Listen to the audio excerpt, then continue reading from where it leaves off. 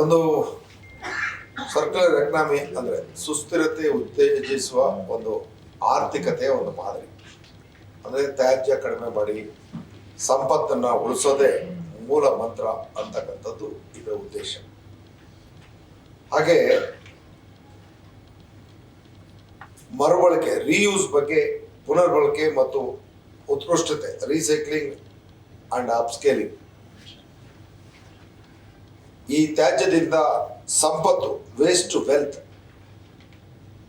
ಮತ್ತು ಸರ್ಕ್ಯುಲರ್ ಎಕಾನಮಿಯ ಘಟಕಗಳನ್ನು ನಾವು ಈ ಸಂದರ್ಭದಲ್ಲಿ ಪ್ರಚುರಪಡಿಸ್ತಕ್ಕಂಥ ಜವಾಬ್ದಾರಿಯನ್ನು ನಾವಿದ್ದೇವೆ.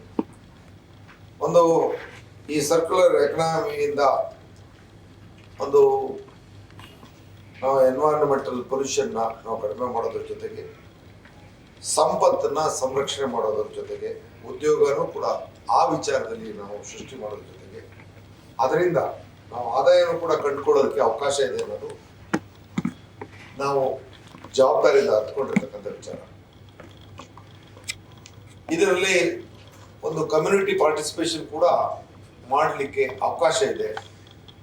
ಇದು ಸಾಮಾಜಿಕ ಮತ್ತು ಆರ್ಥಿಕ ಪರಿಣಾಮವನ್ನು ಕಾಣೋದಕ್ಕೆ ಅವಕಾಶ ಆಗ್ತದೆ ಅನ್ನೋದನ್ನ ಈ ಸಂದರ್ಭದಲ್ಲಿ ತಮಗೆ ಹೇಳ್ತಾ, ಇದು ಉದಾಹರಣೆಗೆ ನಾವು ಜೈವಿಕವಾಗಿ ಕರಗುವ ಒಂದು ಉತ್ಪನ್ನಗಳ ತಯಾರಿಕೆ, ಕಸದಿಂದ ಮರುಬಳಕೆ ವಸ್ತುಗಳ ತಯಾರಿಕೆ, ವಿವಿಧ ತ್ಯಾಜ್ಯಗಳ ನಿರ್ವಹಣೆ ಮೂಲಕ ನೈಸರ್ಗಿಕ ಸಂಪತ್ತು ಅವಲಂಬನೆ ಕಡಿಮೆ ಮಾಡಿ, ಅಂದರೆ ಇ ವೇಸ್ಟ್, ಅದರೊಳಗೆ ಸಾಕಷ್ಟು ಮೆಟಲ್ಸ್ ಇರ್ತದೆ, ಅದು ಅತ್ಯಂತ ಆದಾಯ ಪೂರ್ವಕವಾದಂಥ ಒಂದು ವ್ಯವಸ್ಥೆ ಆಗ್ತದೆ. ಹಾಗಾಗಿ ಇದನ್ನ ಇ ವೇಸ್ಟನ್ನು ಸಮರ್ಪಕವಾಗಿ ಒಂದು ಮರುಬಳಕೆಗೆ ಅದನ್ನು ಹೇಗೆ ಉಪಯೋಗಿಸ್ಬೋದು ಅನ್ನೋದನ್ನ ಇವತ್ತು ತುಂಬ ಲಾಭದಾಯಕವಾದಂಥ ಉದ್ದಿಮೆಗೆ ಹೊರ ಹೋಗ್ತಾ ಇದೆ. ಜೊತೆಗೆ ಅವತ್ತಿನ ದಿನ 18ನೇ ತಾರೀಕು ಒಟ್ಟು 3 ಗೋಷ್ಠಿಗಳು ನಡೀತವೆ, 2 ಸಂವಾದ ನಡೀತವೆ. ಅದ್ರ ಜೊತೆಲಿ 7 ವಿಷಯಗಳ ಮಂಡನೆಯನ್ನ ಮಾಡ್ತಾ ಇದ್ದಾರೆ. ಜೊತೆಗೆ ಮೊದಲನೇ ಗೋಷ್ಠಿನಲ್ಲಿ ಸ್ಥಳೀಯ ಸಂಸ್ಥೆಗಳಿಂದ ಪರಿಸರ ಕಾನೂನುಗಳ ಅನುಸರಣೆ, ಅಂದರೆ ವಿಶೇಷವಾಗಿ ನಮ್ಮ ಲೋಕಲ್ ಬಾಡೀಸ್ ನಮ್ಮ ಪರಿಸರದ ಕಾನೂನುಗಳನ್ನ ಪಾಲಿಸ್ತಾ ಇದ್ದೋ ಇಲ್ವಾ, ಅದಕ್ಕೆ ಅಡಚಣೆ ಇರತಕ್ಕಂಥದ್ದು ಮತ್ತು ಪಾಲನೆ ಮಾಡಬೇಕಾಗಿರ್ತಕ್ಕಂಥ ವಿಚಾರವಾಗಿ ಒಂದು ಚರ್ಚೆ ಇರ್ತದೆ. ತ್ಯಾಜ್ಯ ನಿರ್ವಹಣೆ ಸಂಬಂಧಿತ ಕಾನೂನುಗಳು ಏನು, ಎಷ್ಟು ಮಟ್ಟಿಗೆ ಅವುಗಳು ಜಾರಿ ಆಗ್ತವೆ ಅನ್ನೋದ್ರ ಬಗ್ಗೆ ಚರ್ಚೆ. ಜೊತೆಗೆ 3 ವಿಷಯಗಳ ಮನ್ನಣೆ. ISCC ಸಂಸ್ಥೆಯ ಡಾಕ್ಟರ್ AV ಮಂಜುನಾಥ್ ತ್ಯಾಜ್ಯ ನಿರ್ವಹಣೆಯಲ್ಲಿ ವರ್ತುಲ ಆರ್ಥಿಕತೆ ಮತ್ತು IIMನ ಪ್ರೊಫೆಸರ್ ರಾಜೀವ್ R ತ್ರಿಪಾಠಿ ಇವರು ವ್ಯಾವಹಾರಿಕ ಹೊಣೆಗಾರಿಕೆ ಮತ್ತು ಸುಸ್ಥಿರತೆ ಸೂಚ್ಯಂಕ ನಿರ್ಮಾಣದ ಮಹತ್ವ, BCIC ಸಂಸ್ಥೆಯ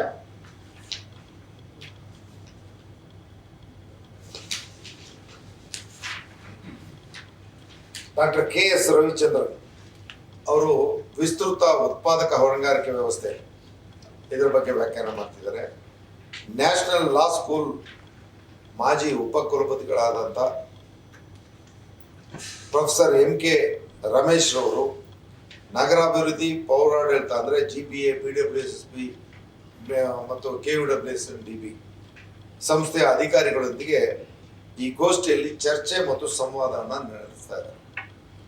2ನೇ ಗೋಷ್ಠಿನಲ್ಲಿ ಪ್ಲಾಸ್ಟಿಕ್, ಬ್ಯಾಟ್ರಿ ಮತ್ತು ಈ ತ್ಯಾಜ್ಯ ವಿಷಯದ ಕುರಿತಾದ ಸಂವಾದದೊಂದಿಗೆ 2 ವಿಷಯಗಳ ಮಂಡನೆ. IIMBಯ ಬೆಂಗಳೂರಿನ ಡಾಕ್ಟರ್ ಮೋಹನ್ ಕೃಷ್ಣ ಅವರು ಬ್ಯಾಟ್ರಿ ತ್ಯಾಜ್ಯ ನಿರ್ವಹಣೆ ಮತ್ತು ವರ್ತುಲತೆ, ಹಾಗೆ ವೆಲ್ ಲ್ಯಾಬ್ಸ್ನ ಸಂಸ್ಥೆಯ ಶ್ರೀಮತಿ ಚೇಷ್ಟಾ ರಜೋರಾವ್ ಬೆಂಗಳೂರು ನಗರದಲ್ಲಿ ವಿಕೇಂದ್ರೀಕೃತ ಜಲ ತ್ಯಾಜ್ಯ ನಿರ್ವಹಣೆ ಬಗ್ಗೆ ಅವರು ವ್ಯಾಖ್ಯಾನ ಮಾಡ್ತಾ ಇದ್ದಾರೆ. ಸುಹಾಸ್ ಸಂಸ್ಥೆಯ ಶ್ರೀಮತಿ ದಿವ್ಯಾ ತಿವಾರಿ ಅವರು, ಸಿಪೆಟ್ ಸಂಸ್ಥೆಯ ಡಾಕ್ಟರ್ ಮನೋರಂಜನ್ ವಿಶ್ವಾಸ್ ಅವರು, ಇಸ್ರೋ ನಿವೃತ್ತ ವಿಜ್ಞಾನಿ ಪ್ರೊಫೆಸರ್ V ಜಗನ್ನಾಥ್ ಅವರು, NITK ಸೂರತ್ಕಲ್ನ ಡಾಕ್ಟರ್ G ಶ್ರೀನಿಕೇತನ ಹಾಗೂ ವೇಸ್ಟ್ ಇಂಪ್ಯಾಕ್ಟ್ ಟ್ರಸ್ಟ್ನ ಶ್ರೀಮತಿ HV ಗಾಯತ್ರಿ ಮತ್ತು ಟೆರಾನೋವಾ ಸಂಸ್ಥೆಯ ಶ್ರೀ ಜಯರಾಮ್ ಗುಹಾ ಇವರೊಂದಿಗೆ ಈ ಗೋಷ್ಠಿಯಲ್ಲಿ ಚರ್ಚೆ ಮತ್ತು ಸಂವಾದ ನಡೀತಾ ಇದೆ. 3ನೇ ಗೋಷ್ಠಿ ವಿಶೇಷ ಏನಂದ್ರೆ ಅದರಲ್ಲಿ 2 ವಿಷಯ ಮಂಡನೆ ಮಾಡ್ತಾ ಇದ್ದೀವಿ.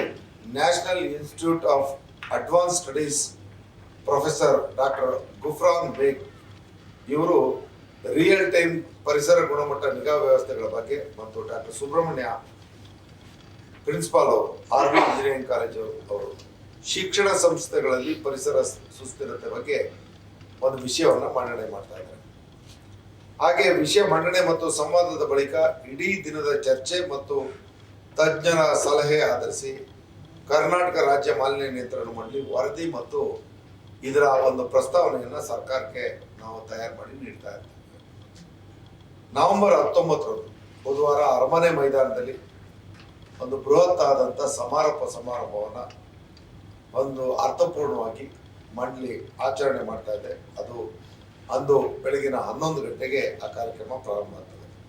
ಇದರ ಉದ್ಘಾಟನೆಗೆ ರಾಜ್ಯದ ಜನಪ್ರಿಯ ಮುಖ್ಯಮಂತ್ರಿಗಳಾದಂಥ ಸನ್ಮಾನ್ಯ ಸಿದ್ದರಾಮಯ್ಯನವರು ಹಾಗೂ ನಮ್ಮ ಉಪಮುಖ್ಯಮಂತ್ರಿಗಳಾದಂಥ DK ಶಿವಕುಮಾರ್ ಅವರು, ನಮ್ಮ ಇಲಾಖಾ ಸಚಿವರು ಹಾಗೂ ಸರ್ಕಾರದ ಇತರೆ ಸಚಿವರು ಮತ್ತು ಶಾಸಕರುಗಳು, ಸಂಸದರು ಎಲ್ಲರೂ ಭಾಗಿಯಾಗಿ ಈ ಒಂದು ಕಾರ್ಯಕ್ರಮವನ್ನು ಅರ್ಥಪೂರ್ಣವಾಗಿ ನಡೆಸ್ತಕ್ಕಂಥ ಕೆಲಸವನ್ನು ನಾವು ಮಾಡ್ತಾ ಇದ್ದೇವೆ.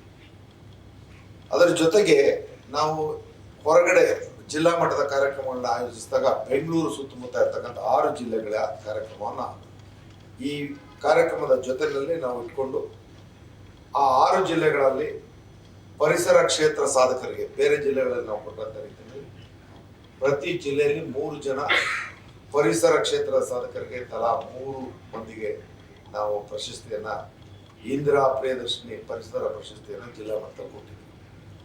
ಆ 6 ಜಿಲ್ಲೆಗಳವರೆಗೂ ಕೂಡ ಈ ಕಾರ್ಯಕ್ರಮದಲ್ಲಿ ತಲಾ 3 ಜನ ಪರಿಸರ ಕ್ಷೇತ್ರದ ಸಾಧಕರಿಗೆ ನಾವು ಪ್ರಶಸ್ತಿ ನೀಡ್ತಾ ಇದ್ದೀವಿ.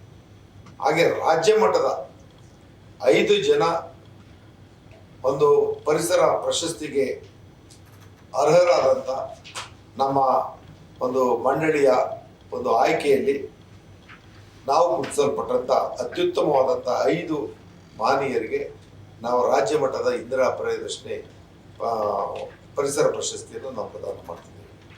ಜೊತೆಗೆ ಒಂದು ಸವಾಲನ್ನು ಸಾರ್ವಜನಿಕವಾಗಿ ನೀಡಿದ್ದೀವಿ. ನಾವು ಈ ಕಾರ್ಯಕ್ರಮ ರೂಪಿಸಿದಾಗ ಯುವಕರಿಗೆ ರೀಲ್ಸ್ ಮಾಡಿ ಬಹುಮಾನ ಗೆಲ್ಲಿ ಅಂತ, ಪರಿಸರದ ಬಗ್ಗೆ ನೀವು ಅತ್ಯುತ್ತಮವಾದಂಥ ರೀಲ್ಸ್ ಮಾಡಿದವ್ರಿಗೆ 3 ಅದು ಕ್ಯಾಶ್ ಪ್ರೈಸನ್ನು ಕೊಡ್ತೀವಿ ಅಂತ. ಮೊದಲನೇ ಪ್ರಶಸ್ತಿ 50,000, ಎರಡನೇ ಬಹುಮಾನ 25,000, ಮೂರನೇ ಬಹುಮಾನ 10,000 ಅಂತ ನಾವು ಘೋಷಣೆ ಮಾಡಿದ್ವಿ.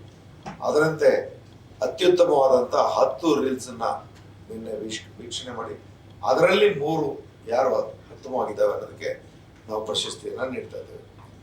ಹಾಗೆ ಆ ಕಾರ್ಯಕ್ರಮದಲ್ಲಿ ಬಹಳಷ್ಟು ಜನ ಬಂದು ಅವರು ಈ ಕಾರ್ಯಕ್ರಮದಲ್ಲಿ ಭಾಗಿಯಾಗಬೇಕಾದ್ರೆ ಅವರಿಗೆ ಮನರಂಜನೆ ಕಾರ್ಯಕ್ರಮವನ್ನು ಏರ್ಪಡಿಸಿದ್ದೇವೆ.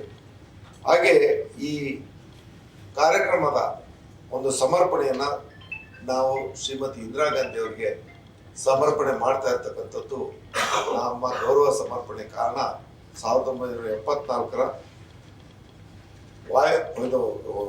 ಜಲಮಾಲಿನ್ಯ ನಿಯಂತ್ರಣ ಕಾಯ್ದೆಯನ್ನು ರೂಪುಗೊಳಿಸಿ ತದನಂತರ ವಾಯುಮಾಲಿನ್ಯ ನಿಯಂತ್ರಣ ಕಾಯ್ದೆ ಮತ್ತು ನಮ್ಮ ಇವತ್ತಿನ ಸಂಸ್ಥೆಯ ಜವಾಬ್ದಾರಿ ಮತ್ತು ಪರಿಸರದ ಬಗ್ಗೆ ಹೆಚ್ಚಿನ ಒಂದು ಸಾಧನೆಯನ್ನು ಮಾಡಲಿಕ್ಕೆ ಈ ಒಂದು ತೀರ್ಮಾನ ಕಾರಣ ಆಗಿರೋದ್ರಿಂದ ಅವರ ಹೆಸರಿನಲ್ಲೇ ಅವರ ಒಂದು ಫೋಟೋ ಮುಂದೆನೆ ನಮ್ಮ ಈ ಕಾರ್ಯಕ್ರಮವನ್ನು ಸಮರ್ಪಣೆ ಮಾಡ್ತಿದ್ದೀವಿ ಅಂತ ಹೇಳ್ತಾ, ಈ ಮಂಡಳಿಯ ಪ್ರಯತ್ನ ಈ ಒಂದು 50ನೇ ವರ್ಷದ ಈ ಸುವರ್ಣ ಮಹೋತ್ಸವದ ಜೊತೆಯಲ್ಲಿ ನಮ್ಮ ಬಯಕೆ ಏನಪ್ಪ ಅಂತಂದರೆ, ಸಾರ್ವಜನಿಕರು ನಮ್ಮ ಜೊತೆಯಲ್ಲಿ ಕೈ ಜೋಡಿಸಿ, ಬರೀ ನಾವು ನಮ್ಮ ಅಧಿಕಾರಿಗಳು ನಮ್ಮ ಕಾಯ್ದೆ ಮಾತ್ರ ಪರಿಸರವನ್ನು ಸಂರಕ್ಷಣೆ ಮಾಡಲಿಕ್ಕೆ ಸಾಧ್ಯ ಇಲ್ಲ.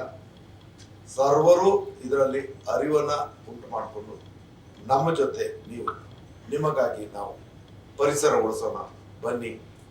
ಎಲ್ಲ ನನ್ನ ಮಾಧ್ಯಮದ ಸ್ನೇಹಿತರು ನಮ್ಮ ಕರೆಗೆ ಹೋಗ್ಬಿಟ್ಟು ಇವತ್ತಿನ ಒಂದು ಸುದ್ದಿಗೋಷ್ಠಿಗೆ ಬಂದಿರೋದಕ್ಕೆ ನಮಗೆಲ್ಲರಿಗೂ ಅತ್ಯಂತ ಆಭಾರಿಯಾಗಿ, ಇವತ್ತು ಈ ಒಂದು ಸುದ್ದಿಗೋಷ್ಠಿಯ ನಂತರ ತಮಗೆಲ್ಲರಿಗೂ ನಿಮ್ಮ ಒಂದು ನಮ್ಮ ನ್ಯಾಷನಲ್ ಪ್ರೆಸ್ ಡೇ ಆಗಿರೋದ್ರಿಂದ ನಿಮಗೊಂದು ಒಂದು ಊಟದ ವ್ಯವಸ್ಥೆಯನ್ನು ನಾವು ಮಾಡಿದ್ವಿ. ನಿಮ್ಮ ಜೊತೆ ನಾವು ಊಟದಲ್ಲಿ ಇರ್ತೀವಿ, ಎಲ್ಲರೂ ಅದನ್ನು ಸ್ವೀಕರಿಸಬೇಕು ಅಂತ ಮನವಿ ಮಾಡ್ತೀವಿ.